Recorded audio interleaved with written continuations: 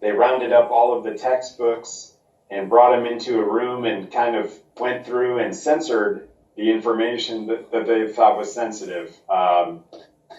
In one of my books, there were posters from the Cultural Revolution, and they put some thick paper, like they glued it on top of the page for the textbook so that the kids couldn't see it.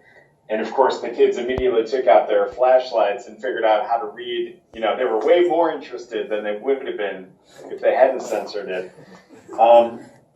Last week, someone came in my room and asked me to take down a poster that depicted Taiwan as being, Taiwan was not referred to as part of the mainland China.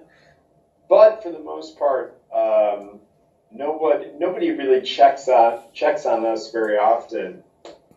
And for me, that's been one of the great thrills of teaching at this job, is that I keep kind of trying to push the boundaries a little bit in terms of what I think we can get away with talking about. So, okay, thank you. I hope that answers your question. Yeah. Because. Okay, so my question is the pollution as bad as it seems in different articles about Beijing? So the answer is, it depends on the day, the week, and the hour. One thing that I had kind of, from seeing news coverage back in the States, I had assumed that Beijing was just constantly covered in smog. And some days it certainly is. Some days the air pollution, the air quality index is about 20 times higher than what the World Health Organization recommends.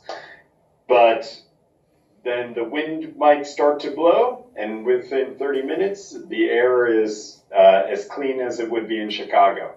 So in the winter time, from November to March, the country burns a lot of dirty coal in order to provide heat for all the homes in Beijing. And we have a lot of pretty nasty days there. It's definitely the worst part about living here. And it's the reason that I won't stay more than 4 years.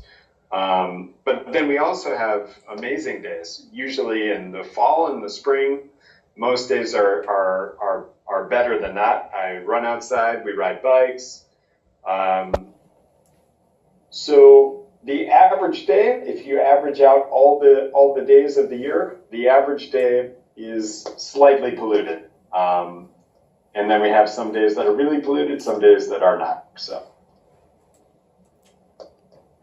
Good. Thank you. Julia. Yeah. What are the differences between the Chinese, like the school that you teach in China and, like, for example, GBS? Oh, hey, there's so many more people that I didn't see. Okay. I'll give you a scan there. Yeah. Hi. And Eric, I'm there's also some huge differences. Eric, I'm also Sorry? recording this. I know